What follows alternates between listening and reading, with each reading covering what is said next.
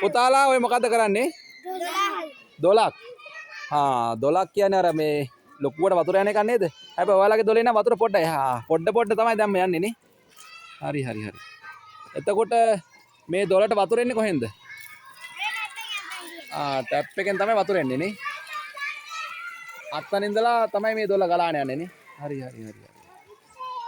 දැන් ඔයාලා ඔය හදන දොල ගැන ටීචර් දන්නවද?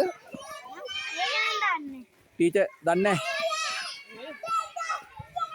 ටීචර් බනින්නේ නැද්ද මේ වගේ දොලවල් හදනවට? මොකක්ද මෙතන වෙන්නේ? අර ඒ කියන්නේ අර වැස්සෙනකොට අර ලොකු වතුර පාරක් ආවම අර පහළ තියෙන මේ පොඩි දේවල් ගහගෙන යන්නේ ආන්නේ වගේ එකක්ද මේ? හරි. හැබැයි මෙතන නම් පොඩක් කැතයි නේද? මේ බලන්නකෝ. කුණු කොට නේ. කමන්නේ ඔයාලා හොඳයි මේ වැඩේ කරන එක. හැබැයි මේ ඕකෙන් සිද්ධ වෙන නරක වැඩක් සිද්ධ වෙනවා. මොකද්ද? අර ලොකු පන්ති වලට ගියා කුණු ගෑවෙනවා. ඇඳුම් වල කුණු ගෑවෙනවා. තව මොකද්ද වෙන්නේ කියන්න බලන්න. සපත්තු වලට වතුර යනවා. තව ඔයාලටම උදව් කරන්නම්. ඔය වතුර වල පාට මොකද්ද වෙලා තියෙන්නේ? මඩ වෙලා. ඒ කියන්නේ අපි කියන්නේ බොර පාට වෙන්නේ. එතන මොකද්ද වෙන්නේ මේ වතුර නිසා? ඒකට අපිට පේන්නේ නැති. ඔව් පේන්නේ නැතු යනවා. හැබැයි ඕකේ අපේ පොළොවේ තියෙන වටිනා දෙයක් මොකද්ද වෙන්නේ? අපිට නැති වෙලා යනවා. පහළට යනවා මොනවාද මේ පොළේ තියෙන වටිනා දේ?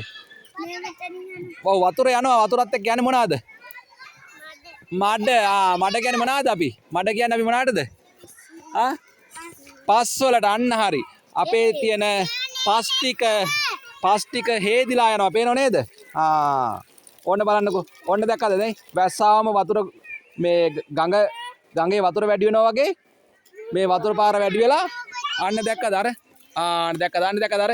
ඔය බැම්ම කඩාගෙන ගිහිල්ලා සමහරට අර ලොකු වැව් වල වගේ ගෙවල් දොරවල් පවා යට වෙනවා වැස්ස වැඩි වුණාම. තේරුණාද? ඔයාලා ඔකෙන් පාඩම් ගොඩක් ඉගෙන ගන්න හොඳේ. හරිද? හරි. ලොකු ජලාශයක් නේ.